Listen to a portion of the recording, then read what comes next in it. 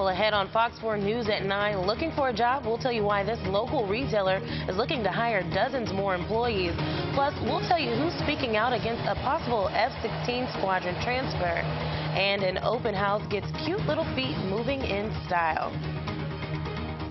You're watching Fox 4 News at 9, KTBY Anchorage. Well, thank you so much for joining us. I'm Whitney L.V. Miller. It's Sunday, August 8th, and you're watching Fox 4 News at 9. Well, if you're unemployed and looking for work, you may want to head over to the Home Depot. The local improvement store held a job fair Saturday and say they're still looking for employees. Officials say they want to add at least 40 full-time and part-time positions in Anchorage. The company wants to fill positions in all departments, including freight, electrical, garden, and customer service. Human Resources Manager Patty St. John says that business at Home Depot is doing better than projected, and there is a need for additional employees. I go to a school, and they told me about it. A couple of teachers there told me about the job fair in the Northway Mall, so I went there. I've been to another job fair, and they were there again, so I know they're looking for people, so, you know, my time to shine, you know. Well, officials with the Anchorage Chamber of Commerce say they do not support moving a fighter squadron from Fairbanks to Anchorage. According to reports, Anchorage Chamber President Andrew Halcrow said the proposed move does not make sense. This week, he told the Greater Fairbanks Chamber of Commerce that the state's largest city already has a waiting list of 4,000 people for affordable housing, and homes costing less than $500,000 don't last long on the market. Now, troopers say a Kenai renter is disputing damages after a 6-hour standoff. Officials say the dispute is whether or not the troopers have to pay after a home was heavily damaged when they tried to arrest 42-year-old James Cook Sr. at a home near Soldotna last month. According to reports, the arrest was made finally after troopers threw canisters of chemical agents through the windows of the rented home. All the windows in the home were broken, and Cook was allegedly visiting a friend when the standoff began. The Kenai Peninsula Borough Clerk says if the troopers cause the damage, they are responsible. However, in this case, troopers say, given the circumstances, they will not pay for the damages. Well, 2 researchers and their pilot were rescued from a remote Alaska volcano after freezing rain left thick ice on their helicopter. The 3 were rescued after 5 p.m. Friday, just after being caught in a freezing rainstorm Wednesday evening on Mount Mageek. The pilot and 2 researchers were not injured. Troopers say the helicopter remains on the mountain about 280 miles southwest of Anchorage at Katmai National Park and Preserve. Reports say the 3 were well equipped with survival gear and food. They remained in the helicopter until they were rescued. They were there working on recovering short-term volcano monitoring equipment when they became stranded. Well, the 4th Brigade Combat Team and their families held their first ever Sparta Week. The team on Joint Base Elmendorf-Richardson competed in a series of 12 competitions to win the Commander's Cup. Some of the events were a 5-mile run, a triathlon, softball, basketball, soccer, and volleyball. Children of team members competing in Sparta Week were excused from ASD schools to spend time with their families. At the week's end, families were rewarded with the Spartan Brigade Ball. Well, the Anchorage Classical Ballet Academy held an open house over the weekend. The academy is beginning its 17th season, and those in attendance enjoyed free performance demonstrations and a free mini class for children ages 3 to 9. The academy offers courses for all ages starting as young as 18 months. Prospective students and their families got a chance to meet other students and teachers. When you have a younger child, it's a lot about repetition, doing the same thing week after week so they learn it gradually. But dance is an art form that it's better if you start a little bit young. You can start it older, but when they start young and get into those beginning classes, it really becomes part of their life and becomes really natural. Such cute little girls. Well, when we return, we'll bring you the headlines from across the country. Stay tuned. You're watching Fox 4 News at 9, KTBY Anchorage. Well, welcome back. Earlier this week at the G20 summit, they were supposed to be talking about growth and money, but the threat of war in Syria overshadowed those topics as the leaders of the world's 20 top economies gathered in Russia. The AP's Mark Smith looks at President Barack Obama's tough sell. A 15-second photo op said it all. Polite, businesslike, but no more for leaders who couldn't be further apart. In an ornate Romanov palace, Vladimir Putin welcomed President Obama and the other G20 leaders to an economic summit overtaken by Syria. Obama's using side meetings here to rally support for a military strike on Bashar Assad's regime that the Russians staunchly oppose. The use of chemical weapons in Syria is not only a tragedy, but also a violation of international law that must be addressed. Of course, Syria is not the only bone of contention with Putin. There's also the asylum given NSA leaker Edward Snowden, and missile defense and Russian human rights. Coming in here, Obama said relations with Russia have hit a wall. Many G20 leaders are dubious of a Syria strike not blessed by the UN. Of the allies, only France looks ready to take part. The summit skepticism mirrors that in Congress, where Obama's aides have been getting pointed questions. What if we execute this strike and then he decides to use chemical weapons again? Do we strike again? Well, that's the definition of further entanglement. Before Congress votes, Obama's hoping to make believers of the doubters. Both at home and at this global summit, he faces a steeply uphill fight. Mark Smith, The Associated Press, at the G8 Summit, St. Petersburg. Well, on Thursday, Walmart protesters in New York City were arrested while trying to deliver a petition to a Walmart board member demanding better working conditions. Julie Walker with the Associated Press brings us this story. Arrested in New York City Thursday while participating in a nationwide protest against Walmart.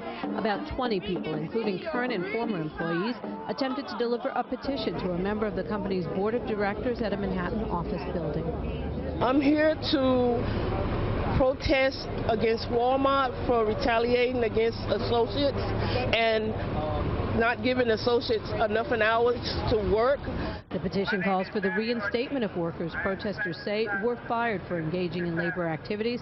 They also seek improved working conditions and higher wages. Walmart says the protests are not reflective of the majority of their workers and that they pay wages well above the $7.25 per hour minimum.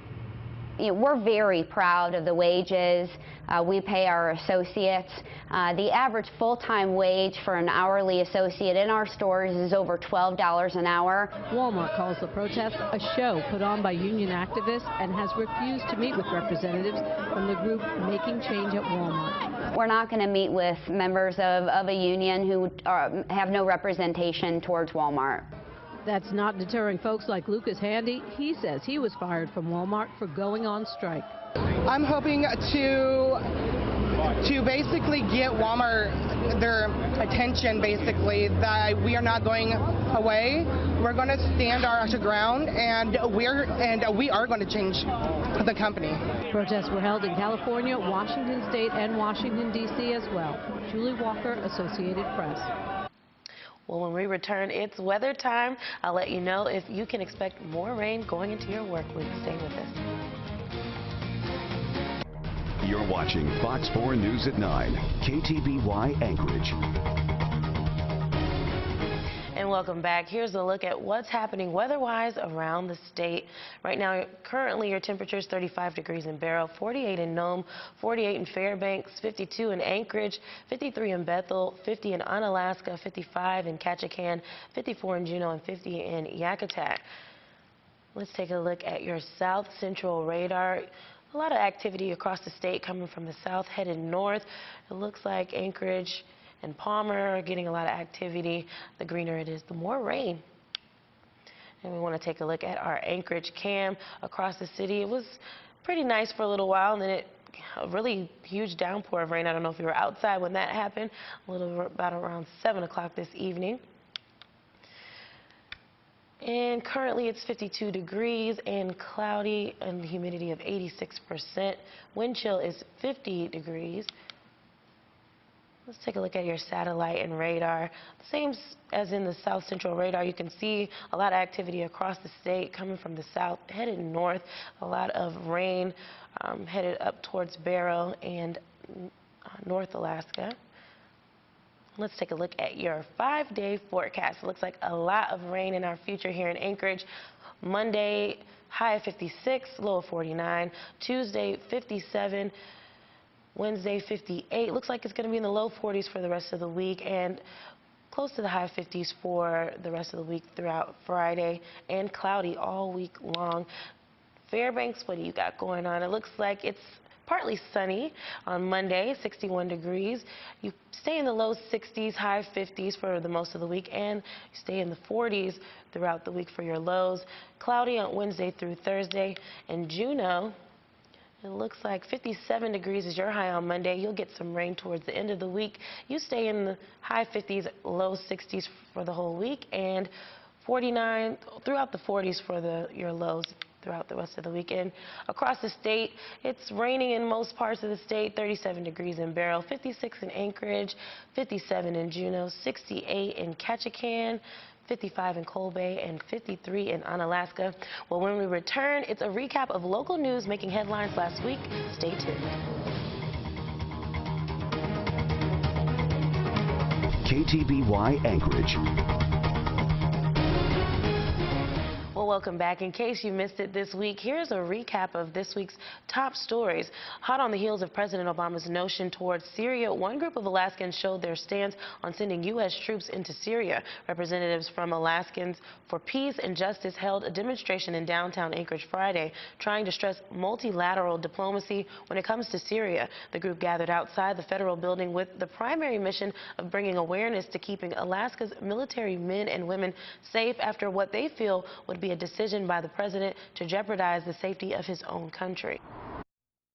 I am hoping that the protest will inspire other Americans to go out and to raise this issue to their elected representatives in Congress and to hopefully galvanize not just people in Alaska but across our country to demanding that there be no military intervention in Syria. It's not going to help them any because they've already proven they'll kill their own people. If we go in, we're just putting our people at risk, our military at risk.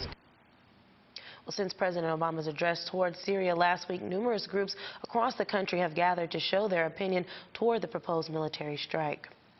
Well, Wednesday, dozens of commercial fishermen traded in their nets and grabbed their signs encouraging the global one-stop shop Walmart to keep it local when it comes to selling Alaskan salmon. Walmart off. I just like them to sell our product and all our product, not just a little bit. For over 40 years, John Renner has commercially fished Alaska's waters. But today, his boat is docked and he is protesting sustainability at an Anchorage Walmart. If we can't sell our fish, we're out of business. We provide a healthy, sustainable product to the American consumer, and we just want to continue doing that. Across the country, the low-price leader labels all fish caught in Alaska as just that, when it's packaged and labeled for sale. But this is not what commercial fishermen are upset about. Alaska has some of the best standards for salmon as far as sustainability and quality. I mean, it's awesome. It has been for a very long time, and we plan on it being for a lot longer as well. When it comes to representing the freshest catch of the day, this group is trying to make sure the Alaskan standards for fish are upheld in the freezer aisle. We like the idea that the quality of our fish and the whole industry in Alaska is of, we believe, supreme quality. A quality Walmart did acknowledge. Via phone, a Walmart representative said, quote, "It's something we know our customers appreciate, and they recognize the quality. So obviously, it's something we want to continue to do, which is why we have invited a group to come down from Alaska to educate us about certification standards and the new systems that they're proposing." While the rally for sustainable salmon might not change what will be on the shelves tomorrow, the bottom line is Alaska salmon is a quality both blue collars and white collars can appreciate. As far as quality goes, we know we can ensure that our salmon is top quality. We don't really know much of what's coming from Russia. Well, state officials and Walmart executives met Thursday to discuss the current state fisheries management laws. Well, Alaska environmental groups say fines levied against Royal Dutch Shell PLC for air pollution violations show that the company is unprepared for offshore drilling in Arctic waters. The U.S. Environmental Protection Agency announced Thursday that Shell had agreed to pay $1.1 million to settle violations of air permits issued last year to 2 Shell drilling vessels.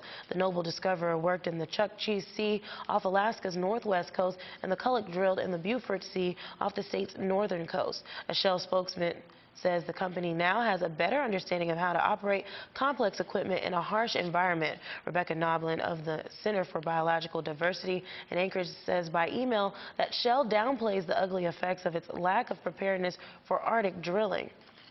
Well, the Department of Natural Resources has issued a Bristol Bay Plan amendment. Acting Department of Natural Resources Commissioner Joe Balash signed and adopted a determination of reclassification and plan amendment to the Bristol Bay Area Plan. The revisions to the plan significantly increase the amount of lands classified wildlife habitat and public recreation in the region. The department amended the plan in response to litigation regarding the 2005 revision, which covers 12.6 million acres of state uplands and 6 million acres of submerged lands and tidelands in southwest Alaska. During the preparation of the plan amendment, DNR received updated information regarding moose, caribou, bear, waterfowl, habitat, and subsistence activity from the Alaska Department of Fish and Game, as well as substantial input from the public about the value and importance of wildlife habitat and fisheries in the region. The determination and the amendment are subject to a 20-day reconsideration period.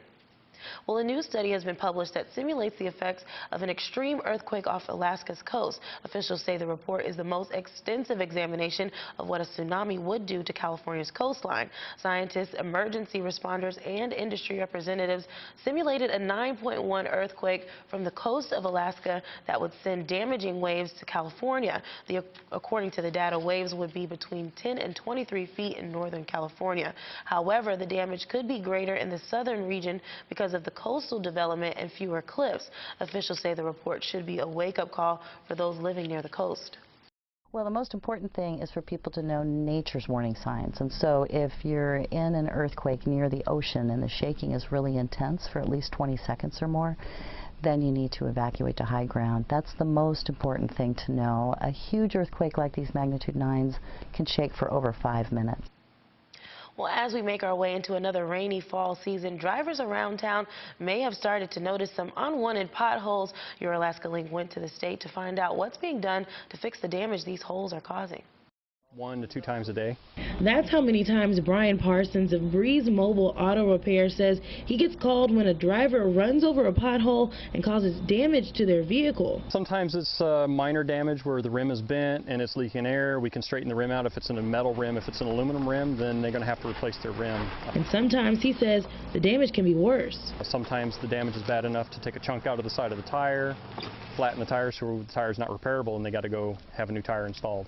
As a mechanic, Parsons says he understands these events happen to everyday people. That's why he tries to make his work affordable. The Department of Transportation says pothole season is usually in the spring, but it's not unusual to see them this time of year when there's a lot of rain in the forecast.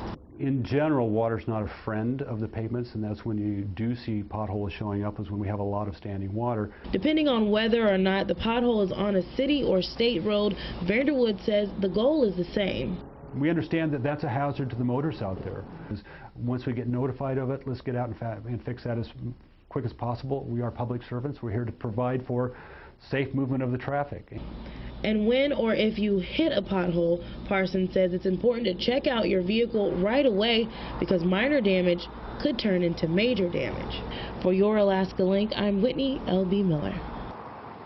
Well, the Department of Transportation also recommends that drivers try and avoid standing water in roadways. That's where there could be a pothole present. The pothole hotline is 338-1466. And when we return, some local businesses doing some good in the community. Stay tuned.